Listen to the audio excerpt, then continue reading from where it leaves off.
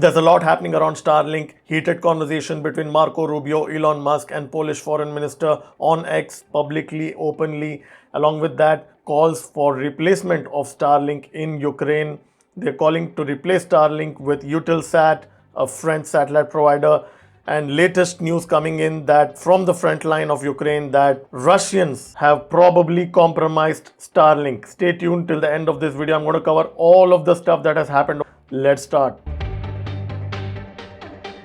So it all started when a user named Mike Lee shared a video on X showing a Ukrainian flag, a huge Ukrainian flag being unfurled in front of White House. And he asked how much money, taxpayer money, was being spent on this Ukrainian flag.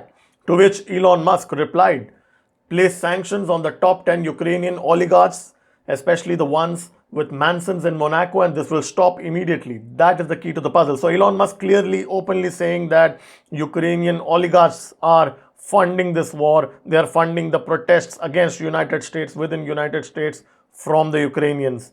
And immediately after that, someone called Adam Lois replied, Russia is the aggressor, Ukraine is the victim, the same stuff which we have heard before from every Twitter profile with yellow and blue on their profile. He said the same thing, to which Elon Musk replied back saying he has literally challenged Putin into a physical combat over Ukraine. And his Starlink system is the backbone of Ukrainian army as of now. And without Starlink, the entire Ukrainian front line would have collapsed. So Elon Musk clearly stating the fact that if anyone questions his loyalty towards Ukraine, they should first look at how much service Elon Musk has provided to Ukraine over the last few years. Elon Musk continues that he's sickened by in years of slaughter in a stalemate that Ukraine will inevitably lose. Anyone who really cares, really thinks and really understands want the meat grinder to stop. Peace now. So this is what Elon Musk replied. I think he was very reasonable and respectful.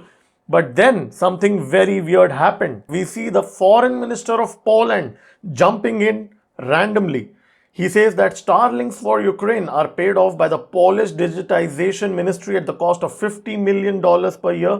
The ethics of threatening the victim of aggression apart, if SpaceX proves to be an unreliable provider, we will be forced to look for other supplies. So Radoslav Sikorski thinks that Elon Musk would be scared of losing $50 million contract. He does not know that Elon Musk is worth $400 billion. And $50 million, which is being provided by Elon Musk, is actually subsidized for Ukraine. Yes, Elon Musk replies to this tweet. He says that, be quiet, small man. You pay a tiny fraction of the cost and there is no substitute for Starlink. So Elon Musk clearly saying here that the Starlink that he's providing is subsidized for Ukraine, and Poland foreign minister sticking his neck out, bragging that, they're paying $50 million per year to Elon Musk appears very stupid and childish because Radoslav made a fool out of himself publicly on X by making these statements. He thought that $50 million is life-changing for Elon Musk and Starlink, but clearly it is not. In fact, after this, Marco Rubio also steps in. Yes, you heard it right.